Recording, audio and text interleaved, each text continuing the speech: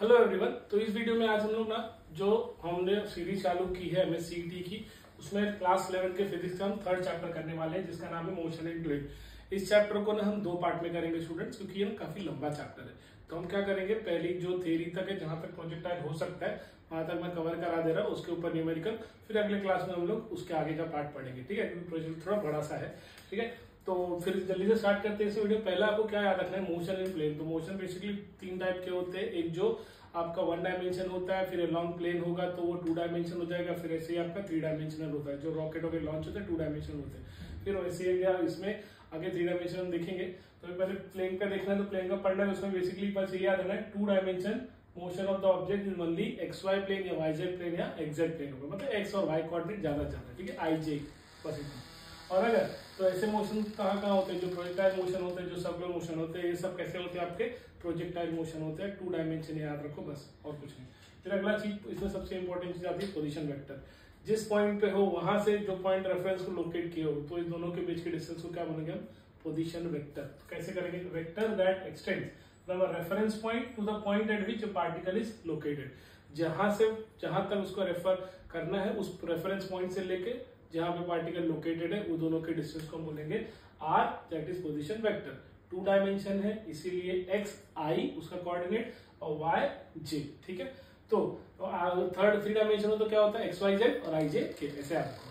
फिर उसका अगर हमको क्या निकालना है, डायरेक्शन निकालना है, तो क्या होगा, tan inverse Y by X. ठीक है, और अगर थ्री डायमेंशन में होता है तो x y, y z, y j और जेड के, ऐसे याद रखो इसके कोऑर्डिनेट्स। ठीक है, आपको न्यूमेरिकल में ऐसा आ सकता है 2i + 3j + 4k, ऐसा आ सकता है। ठीक है, फिर डिस्प्लेसमेंट वेक्टर क्या होगा, displacement vector change in displacement क्या होगा, डेल्टा एक्स किसमें चेंज हुआ है, एक्स में चेंज हुआ है, अपॉन वाई में चेंज हुआ, डेल्टा वाई। ठीक है, तो इसका फिर ये क्या होगा, डायरेक्शन वापस वही tan inverse change in Y upon change in X. तो ये भी तो हमारा स्लोप ही होता है ना एक तरह का। फिर ऐसे इसको डेल्टा आर को और क्या लिख सकते हो आप, change in x that is x2 - x1, कहाँ पे वो आई पे, फिर y2 - y1 कहाँ पे, j पे, फिर z2 - z1 कहाँ पे रहेगा, k पे, थ्री डायमेंशन के टर्म्स में। अब ऐसे अगर एवरेज वेलोसिटी निकालना हो तो सारे नेट वेलोसिटीज को क्या करेंगे, ऐड करेंगे ना, तो उनका एवरेज क्या होगा, डेल्टा ए वी।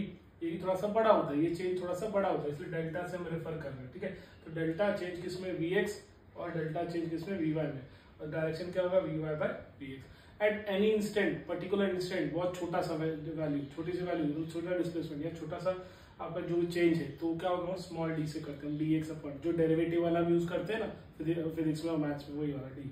याद रखो, यही मेन चीज होती है। एवरेज वेलोसिटी अगर बोला है तो डेल्टा वी आएगा, ये थोड़ा सा चेंज ज्यादा होता है, जो स्मॉल डी वाला चेंज थोड़ा बहुत कम होता है, ये डेल्टा इससे स्मॉल डी वाला। ठीक है, dx पर डेरिवेटिव वाला, तो dx बाय dt है तो क्या होगा, velocity v x, dy by dt velocity क्या हो जाएगा, vy, और dz बाय dt तो vz हो जाएगा। तो ये आपका इंस्टेंट है, दैट पर्टिकुलर इंस्टेंट, ऐसा। फिर सेम ऐसे ही एक्सेलरेशन हो जाएगा, तो जहां जहां v है वहां आप क्या लिख देना, एवरेज एक्सेलरेशन। थ्री डायमेंशन में लिख दिया है, और डायरेक्शन खुद लिख सके तो। फिर इंस्टेंटेनियस का भी सेम ऐसे करना है, d square by d square x by d t square, d square y by d t square, d square आप z by d t square, ऐसे कर सकते हो। ठीक है, तो हमने उसको लिख दिया ए एक्स ए वाई ए जेड। ठीक है, आई होप आपको ये पता है। फिर मैग्नीट्यूड को ऐसे हम निकाल सकते हैं, a square x plus a square y, two dimension में। फिर equation of motion of object travelling in a plane with uniform acceleration. With uniform acceleration है तो भाई उसका लेट दैट इनिशियल टाइम जो अपना रहेगा क्या रहेगा, टी, फिर जो पहले जहां से चालू हो रहेगा टी नॉट एट पॉइंट 0 से, तो उसको 0 लेंगे इनिशियल से। और यहाँ पे uniform acceleration, acceleration through out क्या रहने वाला है, सेम रहना, चेंज नहीं होने वाला। तो change v minus V nought ऐसे ही रहेगा, लेकिन यहाँ पे क्या हो जाएगा, टी हो जाएगा। तो इसको हम और क्या लिख सकते हैं, टी कहाँ जाएगा, ए से मल्टीप्लाई हो जाएगा, तो फॉर्मूला क्या बनेगा, v equal to V nought U plus A T, v equal to V nought plus A T, याद है ना। तो ऐसे equal to U T plus half A T square, V square equal to U square plus 2a, वही वाला kinematical equation थोड़ा use है, path of vector under constant acceleration. अब यहाँ पे एक्सेलरेशन आपका कैसा है, कांस्टेंट है, तो क्या लिखो उसके लिए, आर आर नॉट, आर आपका जो ये है पोजीशन वेक्टर है, पॉइंट क्या, पॉइंट टाइम टी, और जो आर नॉट है point time T nought equals to 0 रहेगा, ऐसा। ठीक है, फिर वी नॉट टी और हाफ ए टी स्क्वायर आपकी जो वेलोसिटी वाली इक्वेशन है। ठीक है, तो उसको ऐसे लिखना है, ये याद रखना है। फिर to cross river of a weight, आपको कोई न्यूमेरिकल अगर आया, रिवर वाला, स्ट्रीम और लाइन वाले, ऐसे कोई न्यूमेरिकल्स आते हैं उसमें, तो आपका फॉर्मूला क्या लिखना है उसमें, जो आपका टाइम रहेगा उसके लिए, that is distance upon velocity. तो distance as it is, velocity क्या रहेगा, velocity speed of boat minus speed of stream line, ये दोनों का सब स्क्वायर का क्या होगा, सबट्रैक्शन होगा। तो ये फॉर्मूला जब भी कभी रिवर्स रिलेटेड या कोई स्ट्रीमलाइन फ्लो के उसमें कोई ऑब्जेक्ट टकरा रहा है ऐसा कोई है तो आपको ये वाला फॉर्मूला याद रखना है, ठीक है। फिर और क्या इसमें equation of path of projectile में आ जाते हैं, तो उसमें हमने पढ़ा है कि ये किसके लिए होता है, हॉरिजॉन्टल के लिए होता है ना। अगर मैंने ऐसे कुछ चीज फेंका तो ऐसे करके जा रहा है, पैराबोला क्रिएट करके जा रहा है, तो वहां पे x इक्वल टू क्या होगा u cos थीटा t। अगर ये वर्टिकल जा रहा है तो हमने पढ़ा है path of projectile in vertical motion, तो क्या हो जाएगा x tan theta minus g upon 2u square cos square theta into x square. ये हमारा वर्टिकल के लिए होगा। टाइम ऑफ फ्लाइट क्या होता है, टाइम रिक्वायर्ड बाय पार्टिकल, जो time equal to up, time of ascent, time equal to descent मतलब नीचे, तो टी ऑफ ए हमेशा क्या होता है, टी ऑफ बी के बराबर होता है ना, एसेंट इक्वल टू डिसेंट होता है, तो T A equal to T B यहाँ पे मैं लिख देता हूँ, और दोनों को अगर हम ऐड कर दे तो हो जाएगा हमारा टाइम टी बी, ठीक है। तो T of A equal to time of descent इक्वल टू टाइम ऑफ डिसेंट, ठीक है। याद रखो u sine theta by g होता है, भाई दोनों को ऐड कर दोगे तो यू का हो जाएगा 2u साइन थीटा बाई जी हो जाएगा, ठीक है। तो हम यहाँ तक ही करने वाले, इसी के रिलेटेड न्यूमेरिकल देख लेंगे। तो आई होप आपको इतना समझ में, बहुत सिंपल है भाई, बहुत बेसिक है, इसमें कुछ ज्यादा ऐसे मुझे समझाने लायक है नहीं, बस आप इतना ध्यान रखो, नोट्स बना लो इसके, ठीक है। चलो हम आगे न्यूमेरिकल करते हैं इसका।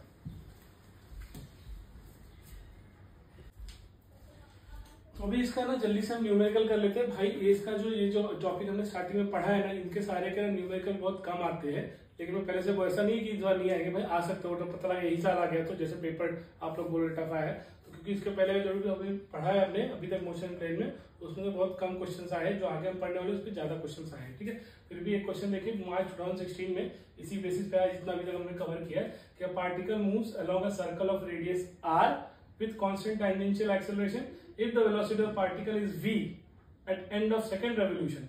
After the revolution has started, then the tangential acceleration. Radial acceleration क्या है, टेंजेंशियल एक्सेलरेशन क्या है, या क्लास 12 में अच्छे से पढ़ोगे, और आपने पढ़ा भी है बार बार, बस उसी का एक फॉर्म है यहाँ पर। तो हमने अप्लाइंग इक्वेशन ऑफ मोशन किया है किसमें, जो हमारा काइनेमेटिक इक्वेशन है, क्या होता है v square equal to 2as। तो हमें भी पता है कि इनिशियली जो वेलोसिटी है वो 0 है, क्योंकि यहाँ पे देखो particle moves along circle radius with constant tangential acceleration if the velocity particle v at second revolution. तो इनिशियल तो स्टार्ट किया होगा ना, तो टाइम पे इनिशियल वेलोसिटी क्या रहेगी 0, फिर सेकंड रेवोल्यूशन बोला इसलिए 2 आया यहाँ पे, ठीक है। और पाथ कैसा है उसका, सर्कल है, तो 2πr, तो इसलिए सर्कल में क्या हो जाएगा डिस्प्लेसमेंट उसका, सेकंड रेवोल्यूशन के 2 × 2πr, तो कितना हो जाएगा 4πr। तो इस इक्वेशन में आपने v ऐसे ही रखा, v स्क्वायर, u स्क्वायर की जगह 0 डाल दिया, तो भाई 0 ही हो जाएगा, बचा 2a, तो 2a रखा, और s की वैल्यू कितनी होगी 4πr, तो यहाँ पे 2a × 4πr, तो 2 4 का कितना हो जाएगा 8πr। अभी हमको चाहिए क्या, एक्सेलरेशन चाहिए आफ्टर सेकेंड रेवोल्यूशन, तो a चाहिए, तो v स्क्वायर यही रखो, तो 8π और r दोनों कहाँ आ जाएगा, नीचे आ जाएगा, इसलिए a की वैल्यू कितनी आ गई v स्क्वायर बाय 8π। आपको ऑप्शन में से v square by 2πr, v square by πr ऐसा दिया था, तो आंसर क्या था उसका v स्क्वायर बाय 2πr, ठीक है। तो आई होप आपको समझ में आ गया, काफी सिंपल था, ऐसे बोर्ड में आया है, इसमें सीटी में आया है। सेकंड क्वेश्चन देखो, the position vector of an object at any time t is given by 3t square i plus 6tj plus k and it's velocity along y axis as the magnitude. Position vector दिया है तो उसका velocity पूछा गया, तो क्या करेंगे हम, r दिया है हमने, अब हमको पोजीशन वेक्टर वेलोसिटी चाहिए। वेलोसिटी क्या होता है, rate of change of displacement upon time. अभी थोड़ी देर पहले हमने देखा था एवरेज वेलोसिटी में, इंस्टेंटेनियस वाले में, तो वहां पे dr/dt था ना इंस्टेंटेनियस में, तो dr/dt लेंगे तो क्या होगा, इसका डिफरेंशिएशन होगा। टी स्क्वायर का डिफरेंशिएशन क्या होता है 2t होता है ना, 2t × 3। जिनको नहीं पता भाई यहाँ देख लो, x⁻n का फॉर्मूला क्या होता है nx n-1, डिफरेंशिएशन हमने यही पढ़ा है, ठीक है। टी स्क्वायर क्या होगा 2t, तो 2t × 3 कितना हो जाएगा 6t। वैसे ही 6t का, तो t का डेरिवेटिव क्या होता है 1 होता है, तो इसलिए 6t का क्या हो जाएगा 6, इसलिए 6j। k यहाँ कॉन्स्टेंट है, कोई वेरिएबल t है ही नहीं, इसलिए 0 हो जाएगा, तो बचा क्या 6ti प्लस 6j। तो यही हमारा वेलोसिटी रहेगा, कौन सा वाला, हैज द मैग्नीट्यूड अलोंग कौन सा एक्सिस, y एक्सिस, ठीक है, समझा। अब अगला देखो, अगला क्या, जब football player throws a ball with a velocity of 50 meter per second, velocity दे दिया है 50 meter per second at angle 30 degree, projectile ऐसा कर रहा होगा, किक मार रहा होगा, from the horizontal the ball remain in the air is dash. तो टाइम पीरियड, तो t निकालना है, तो क्या होगा 2u sin theta by g।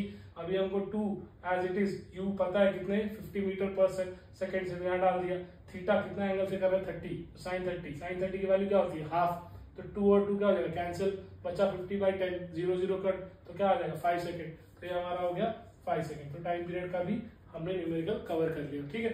अगला देखते हैं, पार्टिकल हैज इनिशियल वेलोसिटी कितना है 4i plus 3j and has an acceleration of 0.4i plus 0.3j कब इट स्पीड आफ्टर 10 सेकेंड कितना होगा, आफ्टर 10 सेकेंड स्पीड क्या होगा। तो हमें पता है kinematical equation v equals to u plus at, u हमारा इनिशियल वेलोसिटी कितना दिया था 4i plus 3j plus acceleration, acceleration अभी कैसा दिया है एक्सेलरेशन ऑफ 0.4 है, तो हमने लिख दिया कितने टाइम के बाद 10 सेकंड के बाद, तो t की जगह हमने क्या लिखा 10, तो 10 इंटू 0.4 क्या होगा 4 ही होगा, 10 इंटू 0.3 क्या होगा 3 ही होगा।